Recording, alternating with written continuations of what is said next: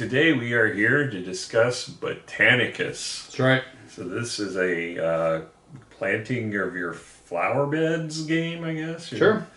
With And a path and yeah, a lot of track movement, a lot of ways to score. yep. So before we get further discussing flowers or anything else game related, make sure you hit the subscribe button so our Why would they do that, Randy? to make our subscriber count grow. That's better. Yeah. Yep, that's right. Because we need you guys to follow us so that we can actually keep bringing you videos. That's right.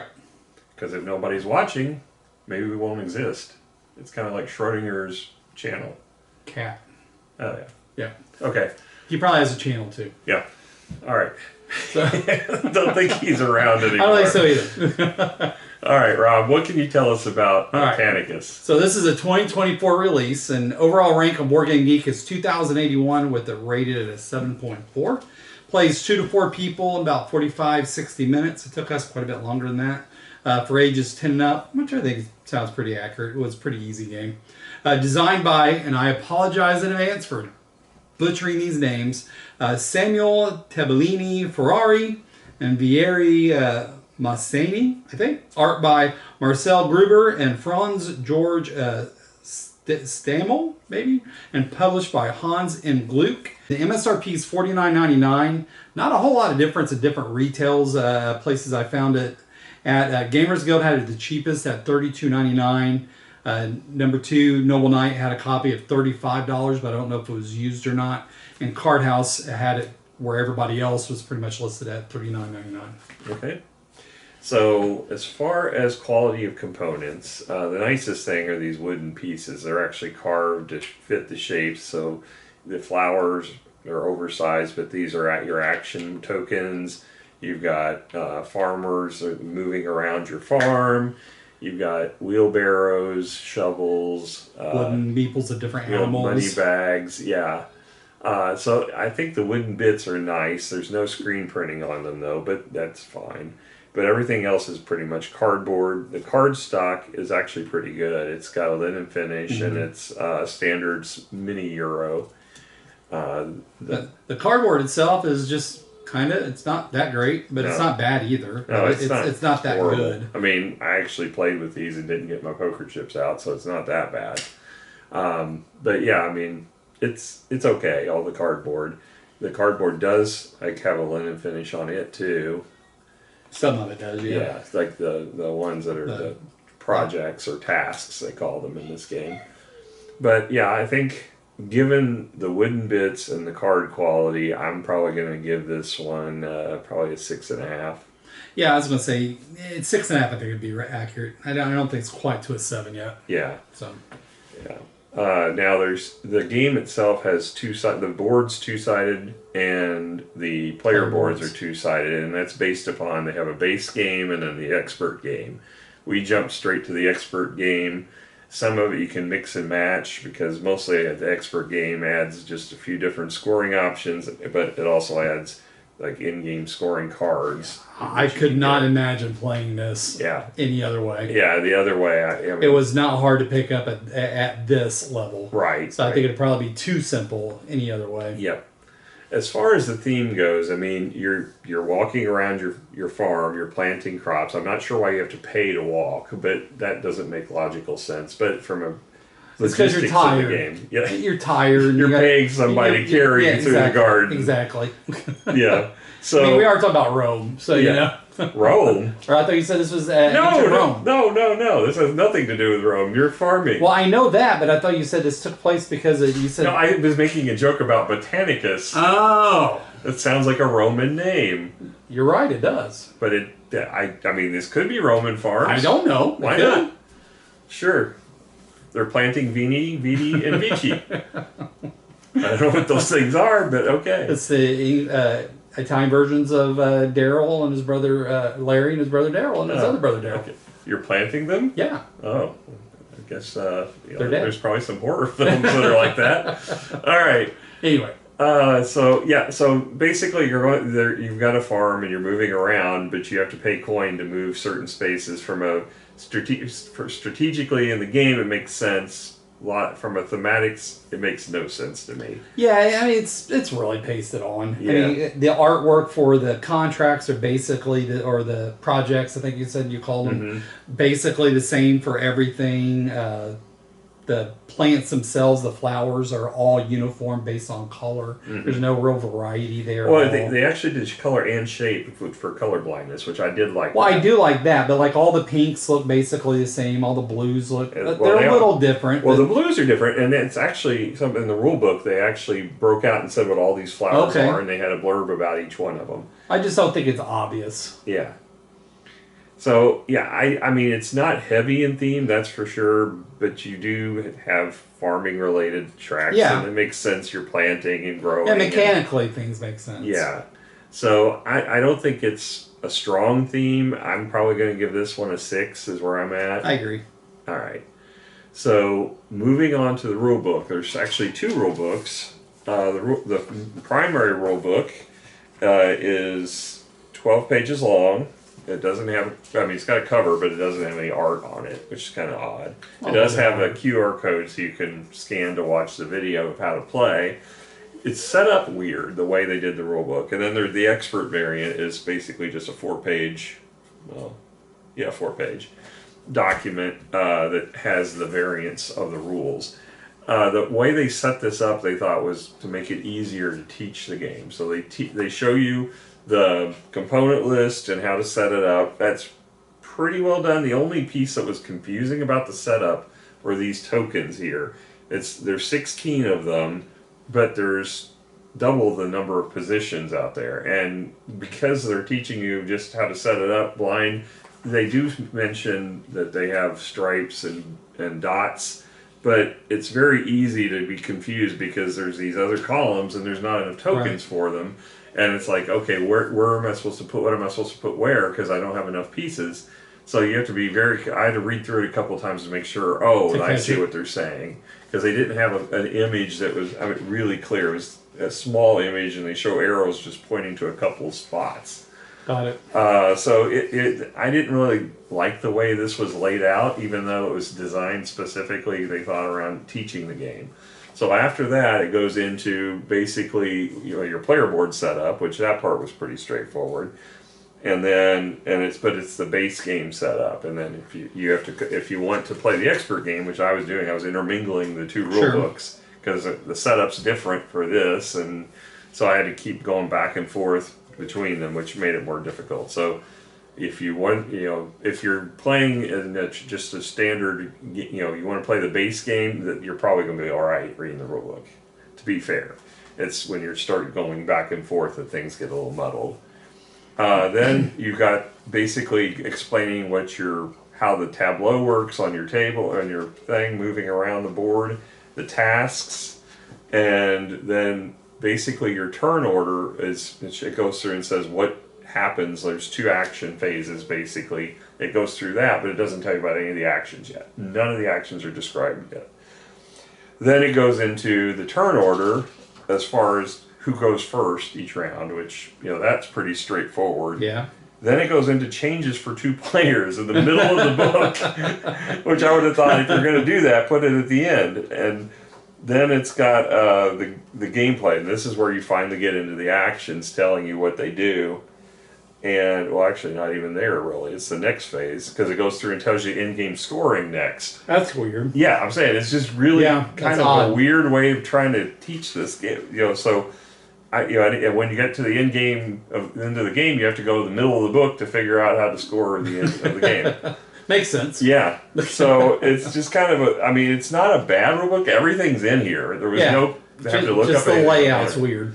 Yeah, so... and then, as far as the thematic side, it's got the flowers and a little blurb about each, which that's kind of nice if you're especially interested. Did they do a better job with the variants explaining it, or was it kind of confusing? The variants as well?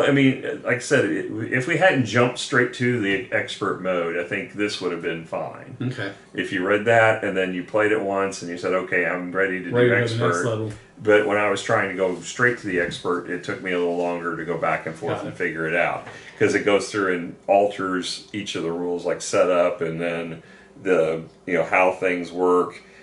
So taking that into account, I Yeah. don't know if you should maybe give it too negative I'm a not score going to burn like it. that. I'm not going to hit it hard because, like I said, it's got everything Right. in it. Yeah, I am going to hit it on the sequencing of some Yeah, of that. that's just odd. Yeah, and now the cards, they one thing I don't like in the middle, and it's only a 4-page book, but they only give you 6 of the cards to explain Right. the iconography. And we had at least one question come up, and we just interpreted it. We didn't really go back and look it up, but it was based on, it showed like 1 and 2 level flowers and Right. had 1 victory point, and we assumed that meant 1s or 2s, not a pair of 1s and 2s, because And Miranda was a little myth that there wasn't a cheat sheet. yes, definitely. It should have had a cheat sheet showing the turn order. Now it does have on the board a little bit of a cheat sheet for, Right. but that doesn't really show you the actions, and that's where I think it would have been helpful. They were trying to avoid language text, so then it goes through the variants with the actual animals, because in the base game the animals don't go on the board; they go off to the side, and you add them just for pure victory points. Okay. Here they actually have more functionality. Yeah. And they give you more victory point options. So I do think the animals are much more useful and interesting in the expert mode. I don't think I would want to play the other mode after playing this one. So as far as the rule book is, I do like the fact that they did separate the expert mode out, which is nice. I'm probably going to go ahead and give this one, I think probably, I'll give it a 7.5. I think, Okay. it's just that sequencing that was Sure. really weird. And I don't have an opinion. I didn't read the rule book. All right. So moving on to gameplay. So at the beginning of the game, your board is going to be empty, except for you're going to place. If you're playing the base game, you're just going to have your farmers on the board. I think you only get one. I can't remember. Yeah, I don't think you get 2 in the base game at all. Okay. And then your animals are off the board, and you've got just your base projects over here. There's all the boards are the same on the standard mode. So and on the expert mode, which we played, everybody had different player boards. They had different scoring capabilities and different layouts of the. Yeah, that was pretty neat. That like Miranda's board and her path between the flowers were completely different than mine. Yeah. And like I had one section that there's a big chunk that was free. Yeah. For me to move around in, where she didn't have anything that was free. And mine cost ridiculous amounts to move around. It cost me 3 coin everywhere. So I mean, it was pretty expensive. Plus, I had 1 less project I could complete, but I got 1 extra card, so Right. I made up for it. So everybody's was different. But you're basically in the game going to take actions by moving. You get 2 phases. You get a movement and a garden card play. You have your choice. You can do both or neither. You can stay where you are and not do either. But you have to do that first if you do it. You cannot go back and do the second phase of action and then go back and do the first. So if you're going to play a garden card, you have to do it up front. You can only play 1 per turn. Right. And then these garden cards you don't get at default. You don't start with any. You have to collect them during the course of the game, and they give you bonus action. And they all pretty much cost 2 to activate, or you could sell them for 3. Yeah. And then after you do that, the next thing you're going to do is advance your flower from where it's currently at. At the beginning, there's a column of them, and whoever's on top goes first. And then you're going to pick in the next column which action you want to take. So they have each one as you move down has different actions on them, and then these tokens will give you a bonus action that are randomly distributed based upon the top 2 are like the Right. weaker ones, and the bottom 2 are the stronger ones. So then that affects turnover, because if Yeah. you pick the stronger one, you're going to go last on the following because round. it goes from the top down as far as turn order. Or if you can go on top of somebody by paying 3 coins for each flower to the below bank, you. not to the player. Yeah, not to the player, where they go to the bank. But you can take the same action. But if it's covering a token, you don't get the action of that token. Right. So it's a weaker action if you go there. Or you can take the top action. In most cases, about half the cases, you could play there for free, but all you're getting is to go first. Right. And not even necessarily that, because if somebody's after you, they could go on top of you for free, and then Then you go, you're no longer first, and you wasted your turn. So we didn't do that a whole lot. No, that didn't happen a whole lot. We were pretty much picking different actions. I mean, we did a little bit of stacking, but not a whole lot. For the most part, the actions are either going to give you flowers, or they're going to give you money, or they're going to let you want to go up one of these 3 tracks up here. And the tracks, you got the top one has money bags because it's going to give you money as you move down the And track. there's some other bonuses too, but it's mostly money. Yeah. And the second one is for watering. So you got a wheelbarrow and it moves down and it's going to give you capabilities of watering. And what watering does is it takes one of your level 1s, say, and it'll upgrade it to a level 2. Or you can upgrade it, 2 to a 3. Or 3 to a 4. Yeah. Or you can, if you've got 2 watering, you could go from a 1 to a 3 on that same one. You can split it up if you have multiple. I think that's where they put the miracle grow in it. Yeah. Right. But everything has to be adjacent to where your farmer is. So if I plant, I have to place next to my farmer. If I grow, it has to be next to my farmer. In a lot of spots, there's actually 4 spaces. So you can actually plant a lot if you or you're on the right spot and you maybe get a good bonus. You can actually plant quite a bit. And planting, all it means is when you get a flower, you automatically plant it. But if all 4 are occupied, you can't get the flower, so you wasted it. And then the watering tells you how many plants you can actually water. You don't have to water everything. Well, it's just got water cans. Yeah. So 1 or 2 generally. But the spaces, the track movement is actually printed in a number on the icon. So it'll tell you if you move up 1 space, 2 space, 3 spaces. You only get the benefit of the space you land on at the end. So if you really want to be on space 2, but you got 3 movement, you can stop at 2. And you get a victory point for each one you sacrifice in moving up the track. So you get a perk for doing that, and you get the bonus you wanted. And I think another interesting thing about the track is they all have 2 different paths. Well, not all of them, but most of them do. That one does? The middle one doesn't. That does right here. Oh, does it? Yep. Okay, then you're right. They all do. So they all have 2 different paths. So usually the top path may be quicker to get to the end, but there's usually some kind of negative associated, like spending money or not getting as many different actions and opportunities to get stuff. Whereas the bottom track, it might give you more stuff, but there's more spaces. Yeah. So then it takes longer because they all have that same common feature of there's some kind of bonus at the very end. So it might be victory points, it might be extra flowers. It's usually really good stuff. Yeah. But that's usually only the bottom path, or the top path is quicker, but then you reset. Yeah, and the other thing about it is when you get to the max of it, you spawn back at the beginning. Right. So you can actually get these in-game bonus, or I mean not in-game, but the victory point tokens at the end. Multiple times. Multiple times. You could be I was the first one down both 2 different tracks, which really surprised me because usually you focus on one, especially in a 4-player game, somebody else is going to get the other one. But I managed to get the top 2 from 2 different categories, or top 1 from 2 different categories. But yeah, you could potentially get multiple of the same one, which is fine. Some of the bonuses were actually for getting those tokens. Oh yeah. Yeah, there was one there. You guys gave you 24 points. Yeah. Like, geez. Well, I mean, some of these cards were right. focused specifically on getting square tokens or the circle tokens. Mm-hmm. So yeah, I mean, you could get a lot of points from these. Everything gives you points. That's Everything nice. does. Yeah, it's definitely a points out. Yeah.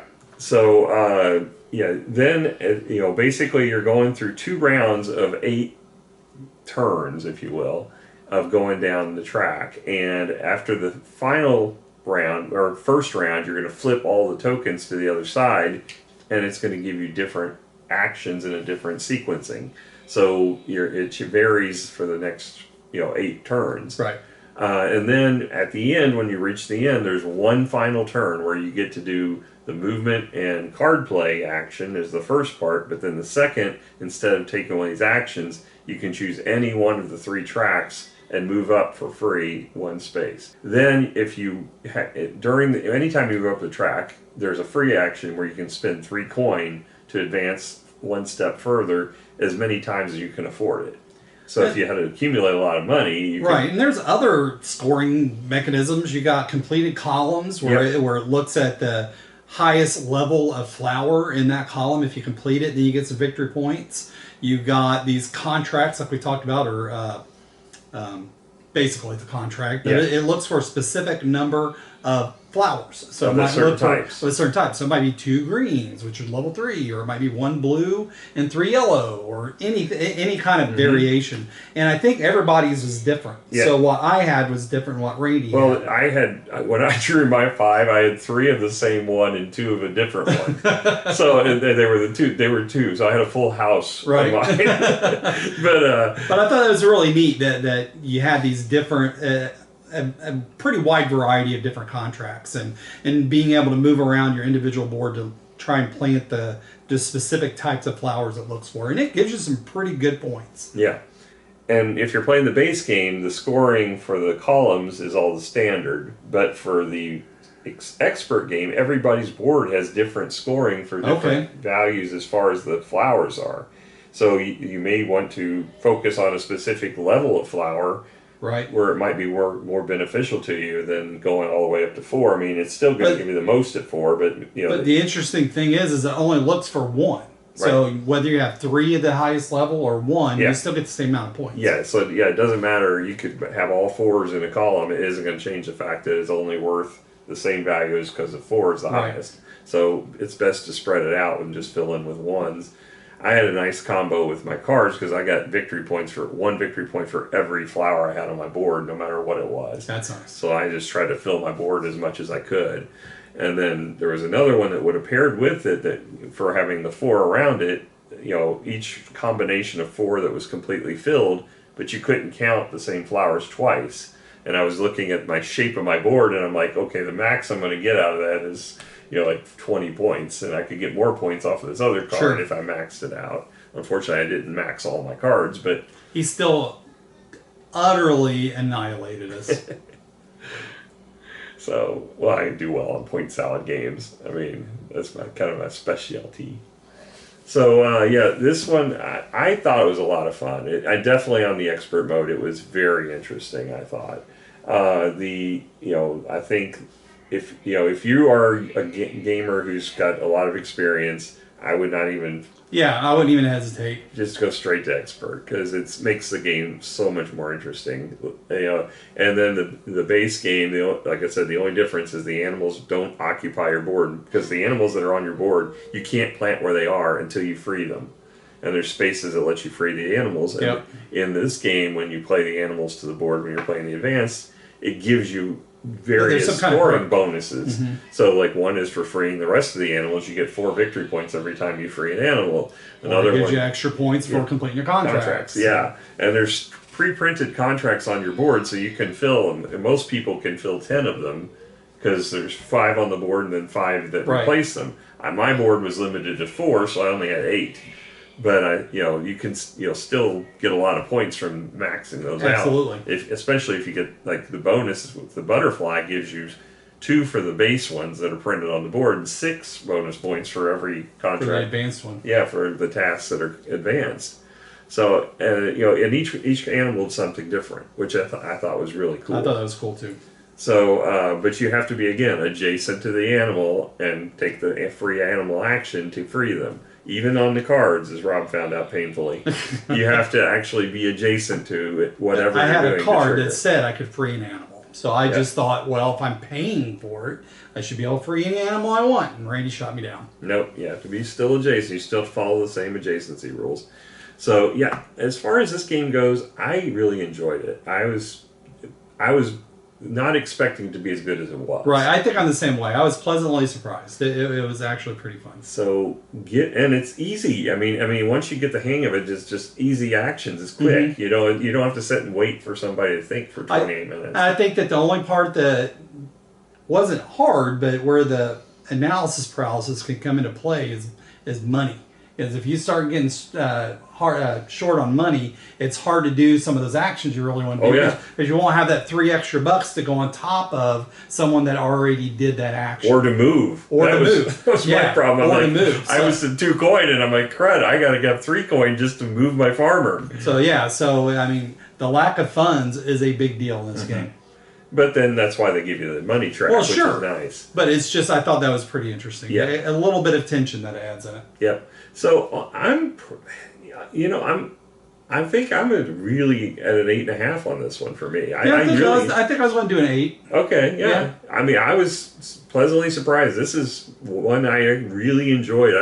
I could see you guys playing this quite often. I'm looking forward to getting it to the table again. Yeah, I could see that happening. So, as far as our thoughts, that's our thoughts on Botanicus. And I know Miranda liked it, and Adam liked it quite a bit as well. So, everybody at the table everybody was enjoyed saying it. if I would play again, I would play it totally differently. Yeah. And, except me, I was like, I'll play it the same. But yeah, I mean, I definitely want to try other boards and try different combinations. But yeah, I mean, mine worked. Right, it did. So, so if you had a chance to play Botanicus, let us know what your thoughts are down there. If you just enjoy farming, let us know what you like. You like flowers. Or flowers, yeah. Yeah. Or if you're allergic to flowers, like I am, put that down there. You could still play this because there's no real flowers in the game. Yeah. It's all fake. If you like things made from flower. That's true. Yeah. So. Or if you came over on the Mayflower. I doubt it. Well, Schrodinger might have. I don't know. That's true. All right. And his channel. So. Yes, he brought his channel with him. So I think he made the internet. I think you're right. Yeah. I thought it was Al Gore. Me too. All right. So until next time, you guys keep on planting and we'll keep on playing. Bye.